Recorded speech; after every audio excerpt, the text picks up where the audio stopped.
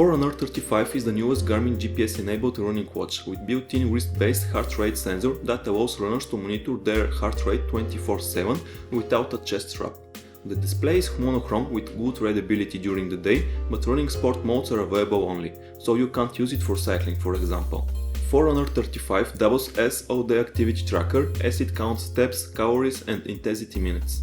It also includes smartwatch functionality, including smart notification and music controls right from the device. Garmin announced a new action camera too, with killer specs. The VIRB Ultra 30 can shoot Ultra HD 4K video with 30 frames per second or 2.7K with 60 FPS. For 1080p and 720p, slow motion options are available, with 120 and 240 FPS.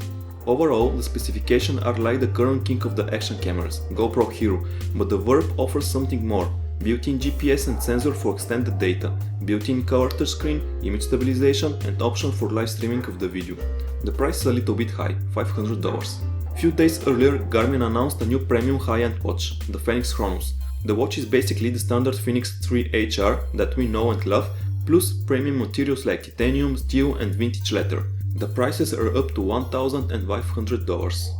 Usually I don't pay much attention about the Samsung wearable products, but the brand new Galaxy Gear S3 watches looks interesting. Samsung announced two models, Gear S3 Classic and the more interesting and rugged Gear S3 Frontier, which has a slightly larger, raised bezel and it's little bit heavier. Both watches still feature a rotating bezel for navigation.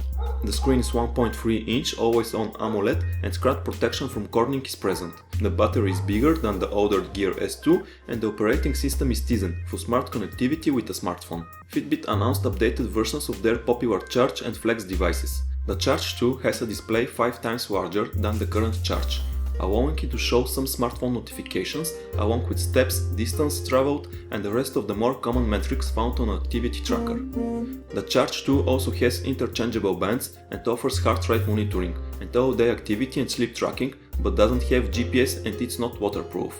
The Flex 2 is a more simplistic and smaller device, a band with 5 LED lights to represent progress. It will come in 4 color options and it's swim-proof, while also offering sleep quality information and all-day activity monitoring. It is the only water-resistant Fitbit tracker available. TomTom announced 4 new devices: Touch, Spark 3, Runner 3 and Adventurer. The Touch is an activity tracker that monitors your body fat, not just your steps. Using the metal sensor on the rear and the matching pad on the top that doubles as a button, TomTom Touch can measure your body fat. This works by sending electrical current around your body, in the case in contact with your wrist on one arm and your finger on the other. There is a small display on the top to check your status and deliver your essential notifications from your phone, as well as reporting back the results from the optical heart rate sensor.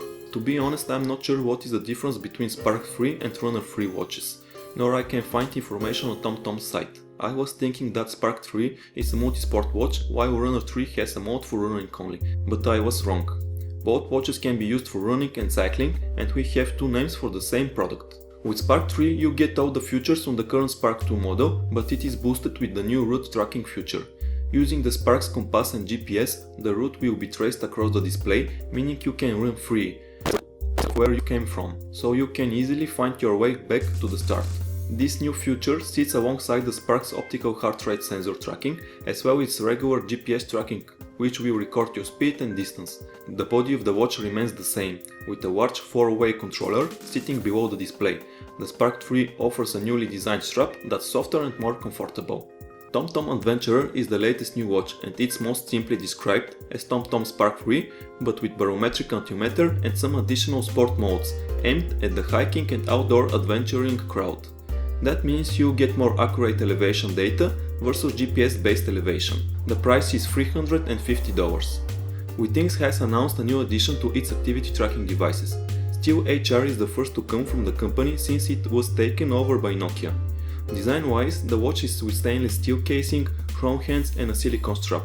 It offers a secondary dial displaying the percentage of the user's step goal, smartphone notification for emails, calls, texts and calendar, along with health data. It's also water resistant up to 50 meters. The health data is coming from the built-in optical heart rate sensor. Green LED lights are used to detect variation in the level of boot and the wrist in order to provide a reading. The Steel HR will automatically measure continuous heart rate during workouts, as well as deliver an average heart rate during the day, measuring every 10 minutes, and a resting heart rate while you are sleeping.